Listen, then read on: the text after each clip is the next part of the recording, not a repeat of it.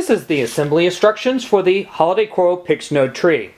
The Pixnode tree that we'll be assembling here in this example is the 19-inch black version. There are multiple sizes available and also available in clear and with or without a star on the top, which we will show here. Each tree assembles basically the same. The first thing we need to do is determine where we're going to put our pixels in. Now, on our website is a diagram that shows the order and direction of most installations. Now, this is not a requirement. You can install the pixels in any way you wish. We simply have laid it out in the way that we'll show you. So, your tree will work with either bullet style pixels or square node style pixels. So what we would do is we would first start off with the pixels. In this particular case, we have a male on the end of this pixel, and we're going to start off and go this direction. So we would simply just put the pixels in,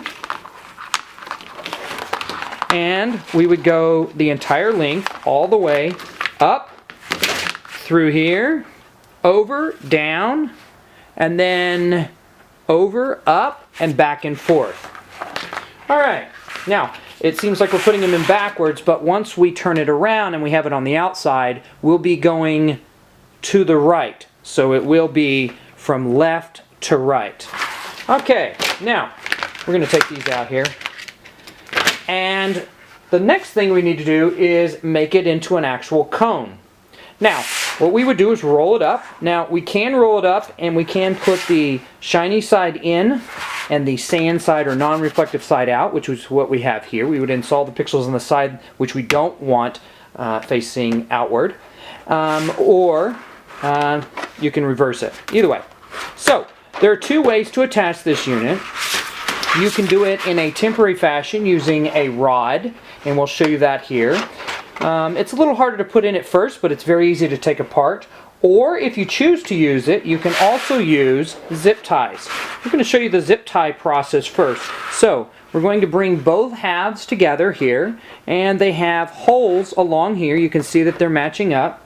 And we're just going to start off at the bottom with a zip tie through the hole. This is a black zip tie on a black tree. Now these are usually easy to take apart, and why would you want to take them apart? You want to take them apart because you may wish to store them flat. Granted, you can stack them, but with the pixels in them, they're not hugely stackable, but in a flat form, they're much easier to stack. So what I've done here, I've zip tied the bottom, and now I'm just going to put a zip tie in the top. Just put it through here, and this just brings both halves together.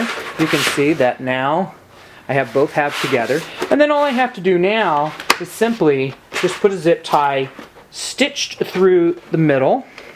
Here we're just going to run it down, then I'm going to run it back up here as if I'm stitching it.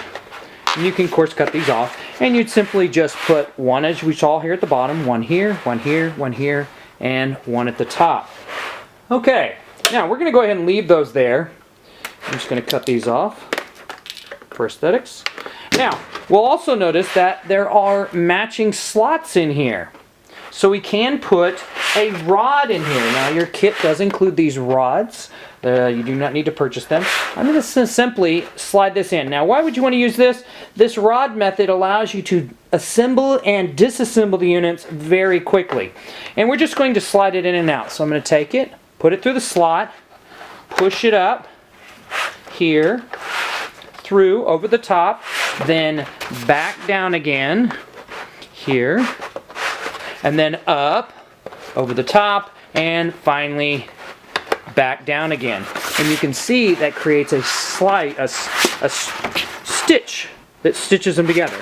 So even if we cut out the zip ties here, we'll take these out.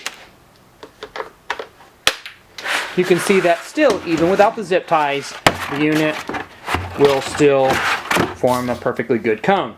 And then also, it allows you to take the excess rod and simply push it down, and that allows it to also stake into the ground. Now, there are also some additional slots in here that work in a similar way. You can see some slots around the outside edge, and those right here allow you to put your rod in to secure it down. So when you're building it at first, you don't do this, but once you're ready to go out in the yard, simply just take your rod, slide it in, and then slide it down. So we're just simply going to go to the yard, push this down, and then that's going to hold this into the yard. And you can see that there's one here, and one here. So there are actually 3, 4 if you include this one. All right, so we've got our pixels installed. We've attached the unit so that it is now spliced together. And now we may wish to put on a star. So if you have the optional star, it has some slots in it.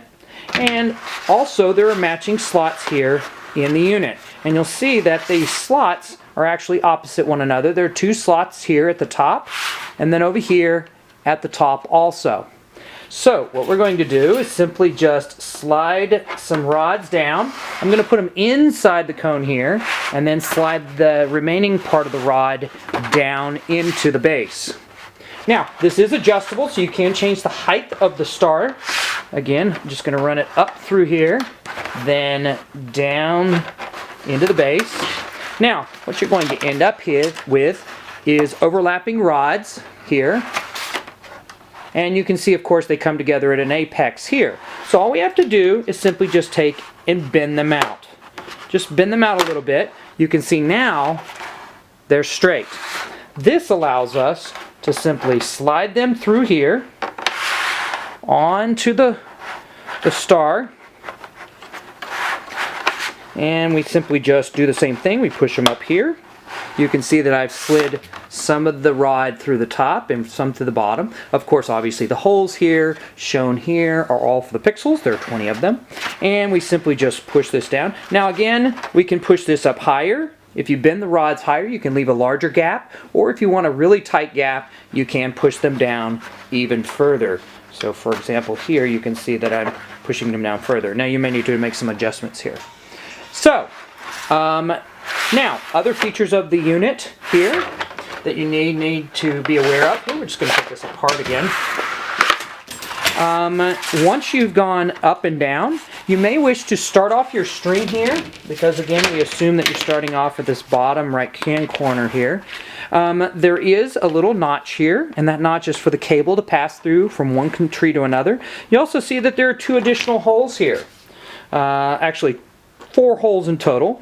They're designed so that you can run the included zip ties through here, and it allows you to zip tie your cable. So what you can do is simply just run that cable through there, and you obviously would normally have a longer piece here, and simply just attach those, one here, one there. And so as you come up, either if you're exiting here midway through, you're only doing, like, say for example, a 180 tree or a 270 tree here, or a full 360 degree tree here. So that is how you assemble the Pixnode tree.